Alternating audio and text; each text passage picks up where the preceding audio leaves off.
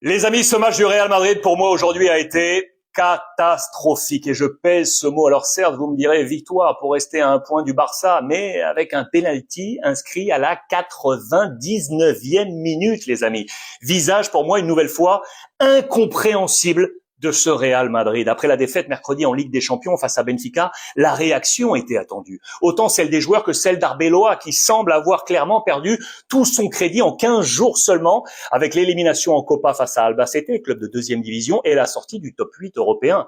Le coach madrilène, aujourd'hui, a lancé un 11 à 99%, le même qu'à Lisbonne, comme un appel à prise de responsabilité de ses joueurs. Un changement. Camavinga, choisi comme latéral gauche, laissant les experts du poste sur le banc avec Carreras, qui était titulaire mercredi, et Fran Garcia, pour moi surprenant. Deuxième surprise, Mastantuono, encore titulaire.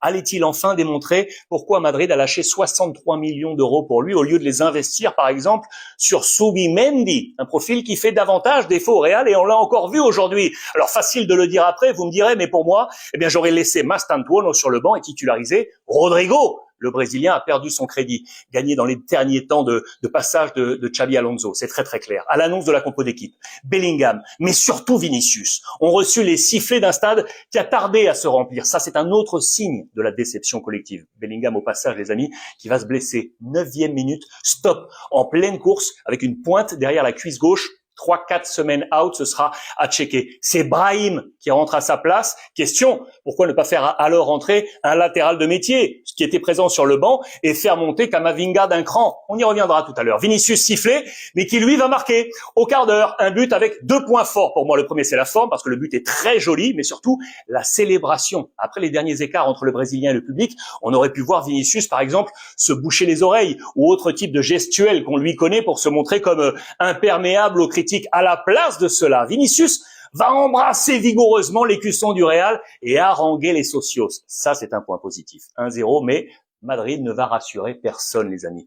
Aucune direction de jeu, aucune gouvernance, aucun tempo imposé. Même à domicile, ce Real est incapable de soumettre son adversaire. Brahim, Güler sont de très bons joueurs, c'est vrai, mais la philosophie, l'image de toute cette équipe n'infuse pas cette idée de force de gouvernance. À la mi-temps, sifflé au stade, mécontent de voir les Madrilènes organiser comme une passe à 10 en défense, comme pour attendre le coup de sifflet salvateur de monsieur l'arbitre. À la pause, Arbeloa lance Ceballos à la place de Asensio, redescendant Tchouaméni en centrale avec Huysen. Pour rappel, Asensio, les amis, joue avec une petite fissure, soignée à la méthode douce pour compenser les absences pour l'instant de Militao et de Rudiger. Rien ne va changer. Pire encore, le Rayo va égaliser en entrant comme dans du beurre dans un milieu madrilène qui manque de solidarité défensive. Et une dernière ligne à ce moment-là composée de 3 milieux et un seul défenseur central de métier. Voilà pourquoi je vous parlais tout à l'heure du changement avec Camavinga. À l'heure de jeu, Gonzalo remplace Mastantuono. Enfin, l'entre du Real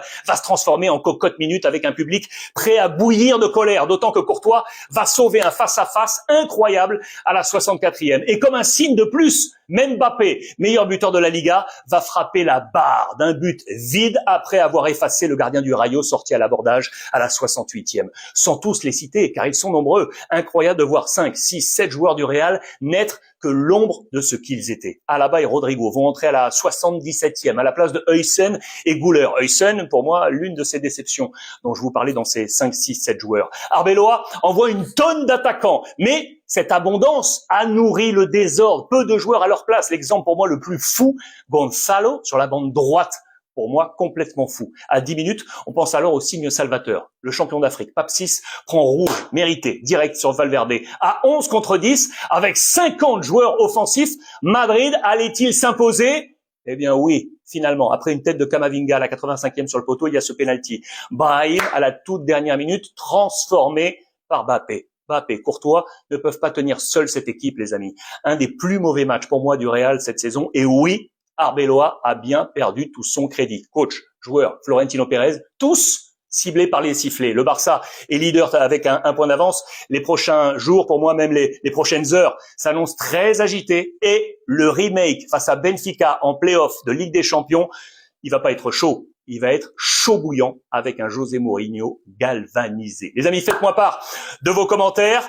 Êtes-vous d'accord avec ce débrief? Et n'oubliez pas de liker et de vous abonner. On se retrouve vite.